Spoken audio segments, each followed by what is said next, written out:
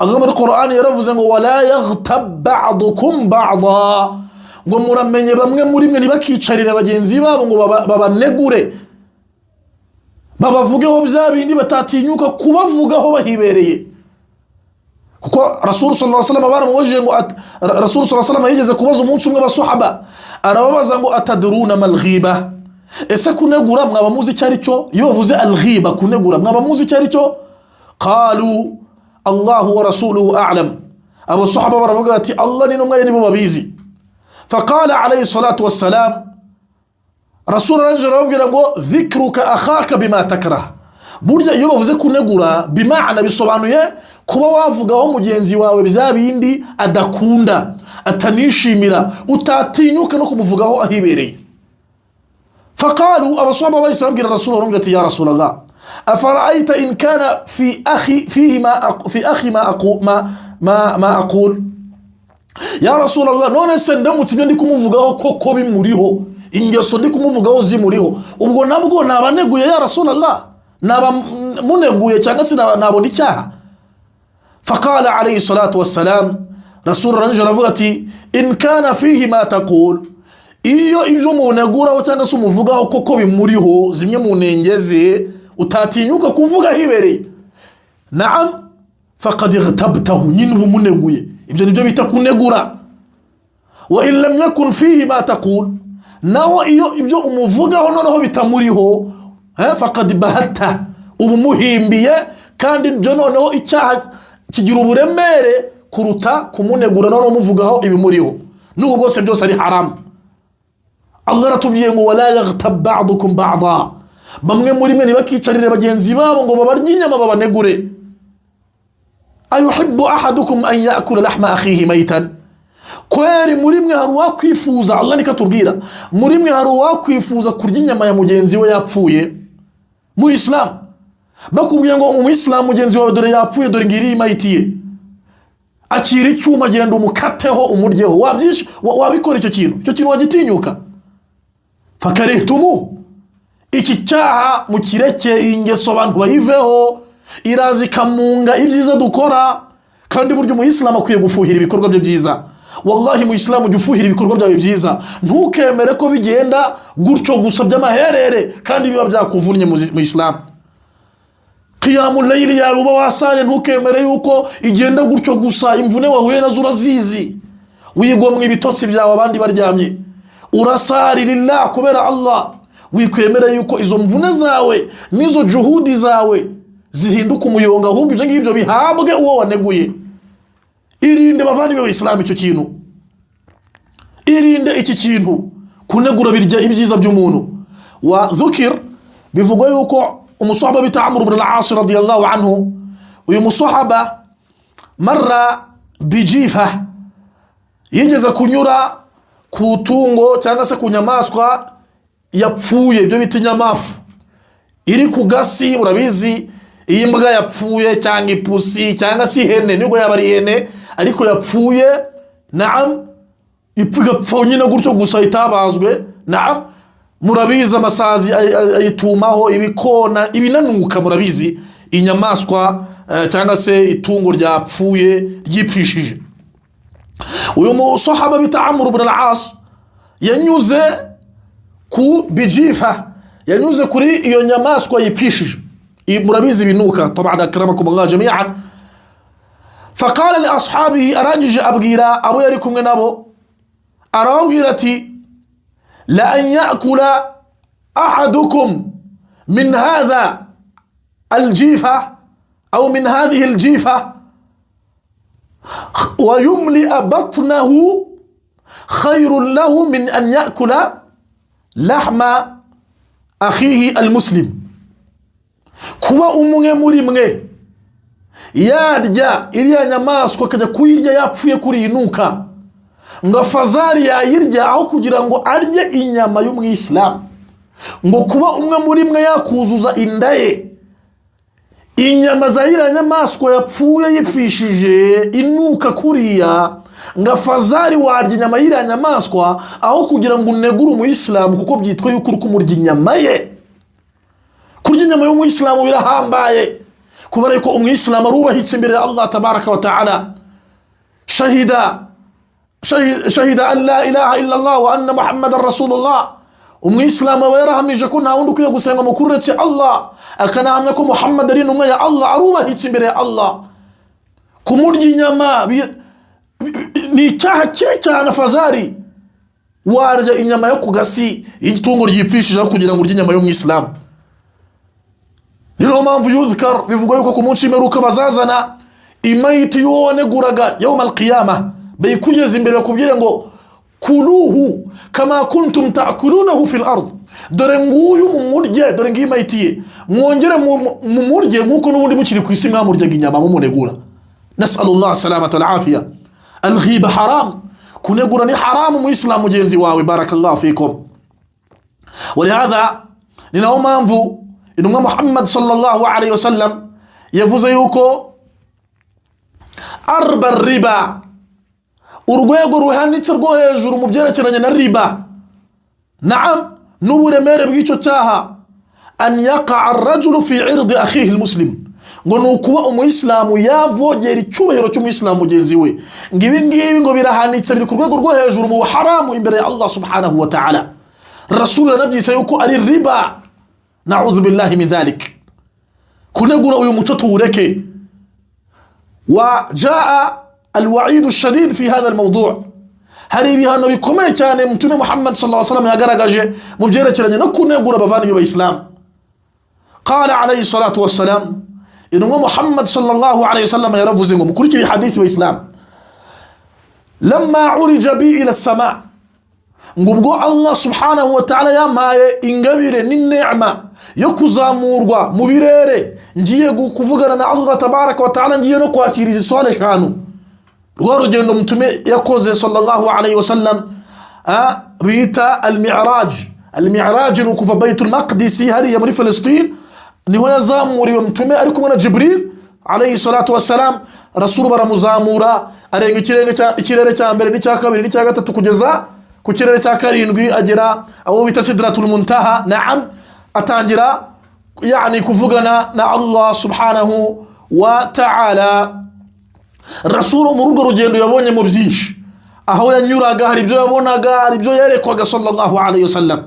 Rasul yaduhaye amakuru mu byo yabonye ubwo yazamurwaga na Jibril alayhi salam. Rasul yaravuze ngo lamma urija bi ila as-sama, ngubwo Allah subhanahu wa ta'ala yampaga kuzamurwa na Jibril, ngiye kwakira zino swala eshanu dusari. naam, marartu biqaumin lahum adfarun min nuhas, ngo hari abantu nanyuzeho ngo mbona bafite inzara ndende z'ibyuma. inzara ndende, naam, z'ibyuma. yakhmishuna biha wujuhahum wa madha wa juludahum.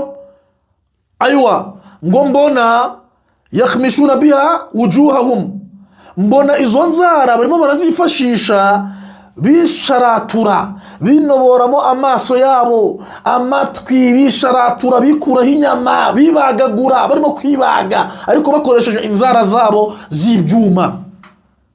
yakhmishuna biha wujuhahum wa sudurahum. aywa, barimo barisharatura yani bikuraho inyama, binoboramo n'amaso n'amatwi n'ibiki byose, amazuru bayanoboramo. hadha mawqifun azim. Rasul sallallahu alaihi wasallam yaratangaye. faqultu, Rasul aratubwira ngo nahise mvuga nti, mbwira Jibril, namubwira ati man haula ya Jibril, yawe Jibril alayhi salam, bari kwisharatura binoboramo amaso yabo, bikuraho inyama z'imibiri yabo, barani bantu ki bakoze iki? bariya bakoze iki ku buryo bageze kuri runo rwego rwo kwikuramo amaso yabo bakayanoboramo banisharatura? faqala alayhi salam, Jibril arangije aramusubiza ati haulai, bariya uri kubona bari muri biriya bihano, alladhina yakuluna luhuma an-nasi, ngo ni babandi barya inyama za bagenzi babo, wa yaqauna fi a'radihim, hanyuma bakanavogera ibyubahiro byabo, bakavogera ibyubahiro byabo, ntibamenye za kirazira kuri bagenzi babo. وقد قال عليه الصلاة والسلام, kandi mtume Muhammad sallallahu alaihi wasallam yaravuze ngo kullu muslimin ala almuslimi haram, hari ibintu muislamu agomba kumenya ko ari kirazira ku muislamu mugenzi we. Damuhu, amaraso y'umuislamu ni haramu kuyamena. Wa maluhu, no kuvogera umuislamu, na afwa no kuvogera umutungo w'umuislamu ugashaka kuwukiniramo uko ushaka, ibyo nabyo ni haram. Wa irduhu, n'icyubahiro cye kukivogera ni haram. Haulai, Jibril abwira mtume ati bari uri kubona bari muri biriya bihano, alladhina yakuluna luhuma nnasi, ni babandi igihe cyose bahora bicariye bagenzi babo babarya inyama, wa yaqauna fi a'radihim, bakanavogera ibyubahiro byabo. Ugasanga umuntu avuga mugenzi we nta nicyo yitayeho, nkaho nta kirazira zihari mu dini w'Islam. Al-ghibatu haram ayyuha al-ikhwa, kunegura ni haram.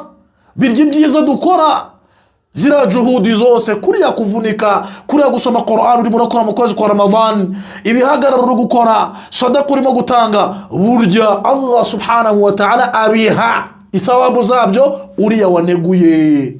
ولهذا جاء يعني سمع عبد الله بن مسعود رضي الله عنه رجلا يغتابه، ومصحبه بتاع عبد الله بن مسعود رضي الله عنه yigeze kugerwaho n'amakuru yuko hari umwe mu bagabo munegura, yirirwa muvuga nabi sana. uyu musahaba bita Abdullah ibn Mas'ud ayo makuru amugeraho, fajahaza lahu yani kisan min at-tamri wal-'ilab. Abdullah ibn Mas'ud arangije ategura agafuka akuzuzamo imbuto, itende na zira mbuto bita inabu n'izindi mbuto nyinshi. Ako gafuka arangije abwira umwe mu banyeshuri, baramubwira ati qaddimu lahu hadhihi alhadiya, mujyanire iyi gift uriya muntu wiri kunegura, yimujyanire umubwira ngo min Abdullah ibn Mas'ud, iyi gift iyi kado iturutse kuri kuwitwa Abdullah ibn Mas'ud, ngo arayiguhaye. Faqila lahu, Abdullah ibn Mas'ud abanyeshuri baramubwira ati ya Abdullah, ya Abdullah ibn Mas'ud, yaghtabuka, yirirwa kunegura uriya mugabo none umuhemze imbuto na gift, umuhaye gift. Faqala Abdullah ibn Mas'ud arangije avuga ati naam, ndabimuhaye kubera yuko amma ibyiza bye ntavunitse, iswalaze, isawumuze, isadaqa atanga, izira thawabu zose ngo azima ntavunitse. None se umuntu wakwiheriza thawabu utavunitse, ubu wabura kumushimara no kumuhemba? Mumujyaniriza imbuto, mumubwire ko ari uzimuhaye nk'igihembo cy'ibyiza bye yirirwa anyihera, ntabiruhiye. Allahu akbar, Allahu akbar, Allahu akbar. Iki cyaha tukireke bavana y'Islam n'umwanda. ولهذا قال إمام البخاري رحمه الله yaravuze ngo maghtabtu ahadan, ngo sinigeze negura uwari we wese munzu alimtu anna al-ghibata haram, kuva namenya yuko Allah yagize icyitwa kunegura muri Qur'an haram, kuva namenya izo aya ngo ntabwo nongeye kugira uwo negura n'umwe mu buzima. Waqala al-Bukhari, mu yindi mvugo Imam al-Bukhari yaravuze ngo uhibbu an alqa Allah tabaraka wa ta'ala, tangasi inni la arju an alqa Allah tabaraka wa ta'ala wa la yuhasibuni anni ightabtu ahadan. Imam al-Bukhari yaravuze ngo ndifuza kuzahura na Allah mu byaha nakoze hatarimo icyaha cyitwa ngo yewe Imam al-Bukhari wigeze kunegura runaka umunsi umwe mu minsi. Mu byaha byose nkora ngo ndifuza kuzahura na Allah byibuza icyaha cyo kunegura kitari mu byo nzabarurirwa cyangwa se nzaregwa yuko kiri muri dosiye yanjye. Allahu akbar. Aba nabamenye ubuhambare bw'icyaha cyo kunegura, barangije bakigendera kure kubera Allah tabaraka wa ta'ala, no kubera ko bamaze kumenya ibihano by'abantu nk'abo ngabo bagwa mu byubahiro bya bagenzi babo b'Islam.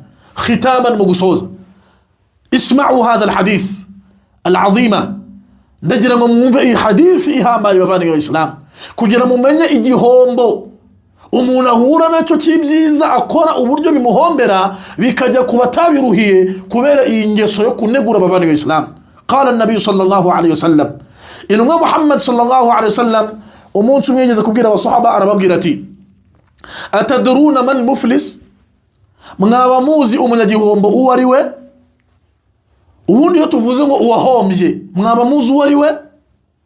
قالوا أبو الصحابة بارفز باتي المفلس فينا من لا درهم له ولا متاع يا رسول الله ubusanzwe ibyo tuzi nuko uwo twita umunyagihombo busanzwe mu buzima busanzwe ni wa wundi udafite amafaranga, ni wa wundi udafite imitungo ifatika, nta matungo afite, nta hene, nta nama, nta ngamiya, nta nka, nta zahabu, nta feza, mbese umuntu utagira icyo afite niwe twita yuko ari umunyagihombo wamaze gusufura nkuko babyita. Faqala alayhi salatu wassalam, Rasulullah arabwira ati al-muflisu min ummati, reka da uburyo umunyagihombo nyakuri dore n'uyu nguyu ngiye kubabwira.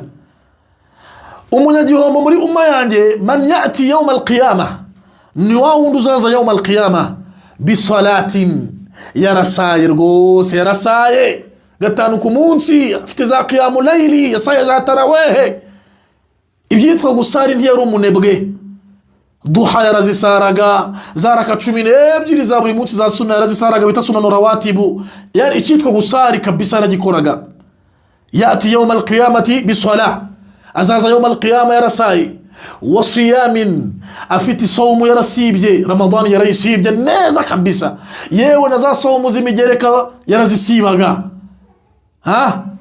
Wa sadaqatin, yatangaga sadaqa, aho yabonaga, aho yabimenyaga hose ko bari kwitanga mu nzira, aho yaratangaga akoresheje umutungo we. Yakoze byinshi bigiye bitandukanye. Walakin, ariko hamwe n'ibyo byose byiza yakoze, yati akaza ariko waqad shatama hadha wa qadhafa hadha wa safaka dama hadha wa akala mala hadha, ariko akaza yawm al-qiyamah harabo yatutse, harabo yandagaje, harabo yariri imitungo bitari mukuri yibye, harabo yabeshe icyaha cy'ubusambanyi kandi bari kure nacyo. Naam, harabo yakubise, harabo yamenye amaraso yabo arabicisha cyangwa se arabicira n'ibindi nk'ibyo ngibyo. Ngo umuntu nguyu ngazaza hamwe n'ibyo byiza afite, ariko noneho naam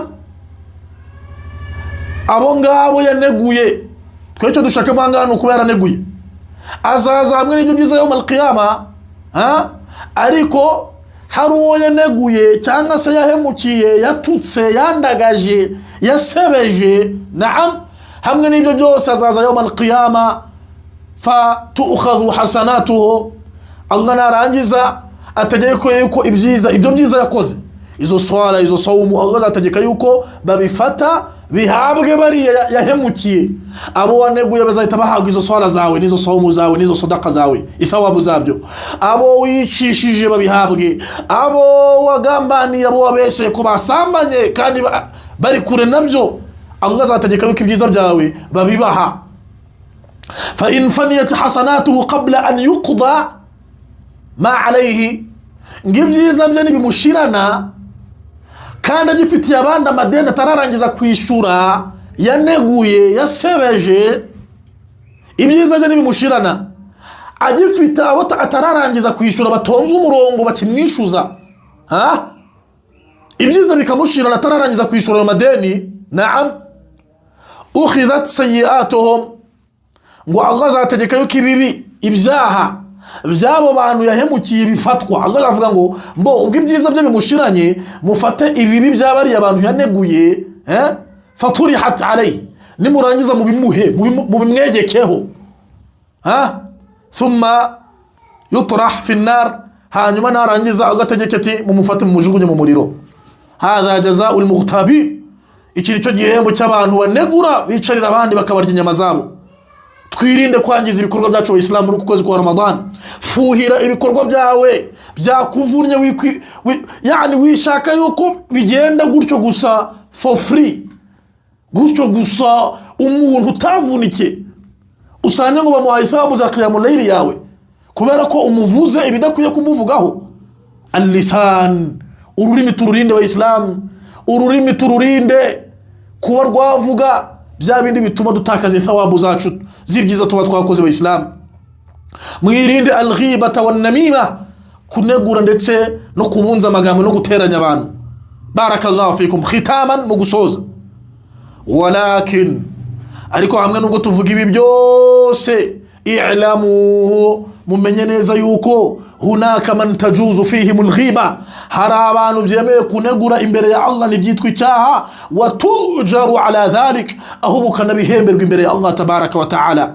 Minhum, muri bo harimo ahlul bid'ah wal ahwa, abanyabihimbano babandi bayobya abemera Imana bakabakura ku murongo mwiza tweretswe n'intumwa Muhammad sallallahu alaihi wasallam. Haulai tajuzu fihim alghiba, abo ngabo biremeye kuvuga inenge zabo no kubatahadharisha no kubihanangiriza abemera Imana, kugira ngo abemera Imana batazagwa mu buyobe bahamagarirwa n'izo nkozi z'ibibi bavana Islam. Hatagira umuntu uvuga ati none se mwe kumwirirwa muvuga ku bantu mukababita injiji, mukabita ngo badafite ubumenyi. Naam, abo ngabo byo biremewe. Waqad bawwaba al-Imam an-Nawawi, Imam an-Nawawi yakoze umuryango mu gitabo bita Riyadus Salihin, awita uwo muryango awita ngo babu man tajuzu fihim al-ghiba, ngo umuryango wo kwigisha abantu yuko hari umwihariko ku bantu batandatu byemewe cyangwa se ku ngeri esheshatu z'abantu byemewe kunegura. Wa zakara minhum, muri abo bantu yavuze bemewe kunegurwa imbere ya Allah n'ibyitwa icyaha, harimo n'abantu ahlul bid'ah wal ahwa, abanyabihimbano ndetse n'ababandi bashaka guhindura idini rya Allah tabaraka wa ta'ala. Bari abantu kubavuga no kugaragaza ubwambure bwabo no kubihanangiriza ibiremwa bya Allah, yajuzu shar'an, biremewe mu dini ya Allah, bal min al-jihad fi sabilillah, uretse no kuba byemewe ahubwo biri no muri jihadi fi sabilillah, biri mu kurwana urugamba rukomeye kube mu nzira ya Allah tabaraka wa ta'ala. Niyo mpamvu abavuga butumwa bahora bereka abemera Imana idini y'ukuri, bakihanangiriza abemera Imana izo njiji. Abo ngabo baba bari kuri jihadi fi sabilillah in kanu mukhlisin, iyo bafite ikhlasi ibihembo byabo birahambaye imbere ya Allah tabaraka wa ta'ala. Ja'alani Allah wa iyyakum minhum, Allah dushyira muri abo ngabo, innahu waliyyu dhalika wal qadiru alayhi, wallahu ta'ala a'la wa a'lam. وصلى الله على نبينا محمد وعلى آله وصحبه وسلم، والسلام عليكم ورحمة الله وبركاته.